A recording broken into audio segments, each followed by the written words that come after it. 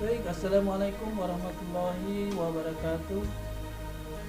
Para siswa sekalian, baik pada kesempatan ini kita akan membahas materi ajar pelajaran fikih kelas 7 MTS.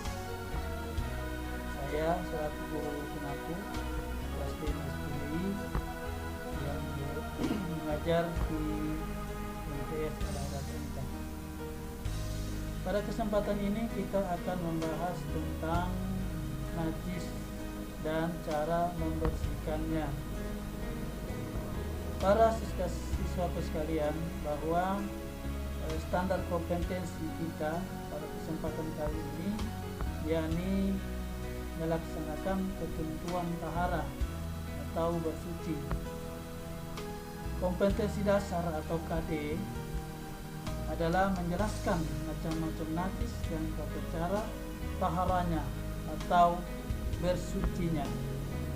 Adapun tujuan pembelajaran kita pada kesempatan ini yakni siswa dapat menyebutkan pengertian najis. Siswa dapat menyebutkan macam-macam najis dan siswa dapat menjelaskan tata cara membersihkan najis. Materi pembelajaran kita pada kesempatan ini terbagi atas 3. Yang pertama adalah pengertian najis, yang kedua macam-macam najis, dan yang ketiga ketentuan dan tata cara membersihkan najis. Baik, kita mulai dari yang pertama adalah pengertian najis. Najis secara bahasa adalah al-qazarah, yang artinya adalah kotoran. Sedangkan najis secara istilah adalah sesuatu yang keberadaannya dapat menghalangi saya ibadah.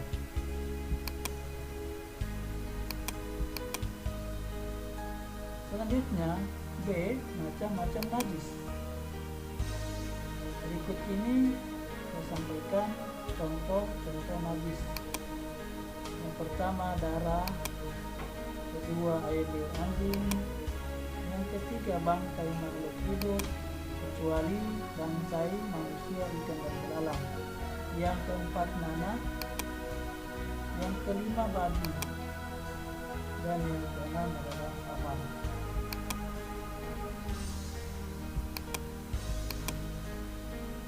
Ketentuan pembagian dan tata cara membersihkan najis.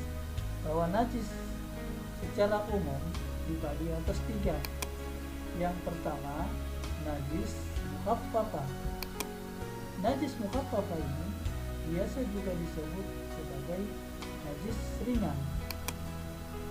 Contoh daripada najis mukhaffafah ini adalah air kencing bayi laki-laki kurang dari 2 tahun yang hanya diberi ASI tanpa makanan lain. Kemudian cara menyucikannya cukup mudah, yaitu dengan membersihkan air bersih pada bagian yang terkena najis. Kemudian yang kedua adalah najis mutawassitah. Najis mutawassitah ini biasa juga disebut dengan najis sedang. Contohnya air seni, tinja, bangkai, nanah, darah, dan lain-lain. Najis mutawassitah ini dibagi lagi atas 2. Yang pertama najis ainiyah dan yang kedua najis hukmiyah. Nah, bagaimana cara membersihkan atau menyucikan daripada najis ainiyah? Najis ainiyah dibasuh dengan air bersih hingga hilang benar najisnya. Dan sementara najis hukmiyah cara menyucikannya menyediakan air di tempat yang terkena najis tersebut.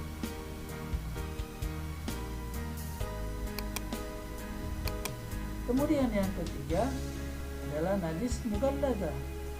Najis mughalladzah ini sering juga disebut dengan najis berat. Contoh daripada najis ini yaitu air liur anjing dan babi. Cara menyucikannya adalah mencuci dengan air bersih 7 kali dan salah satu diantaranya menggunakan air yang dicampur tanah. para siswa sekalian, itulah pembahasan kita tentang najis. Sebelum mengakhiri pembelajaran kita pada kesempatan ini, baiklah Bapak akan menyimpulkan pembelajaran kita pada kesempatan ini. Yang pertama, bahwa najis itu adalah sesuatu yang kotor yang dapat menghalangi atau membuat batalnya atau tidak sahnya suatu ibadah.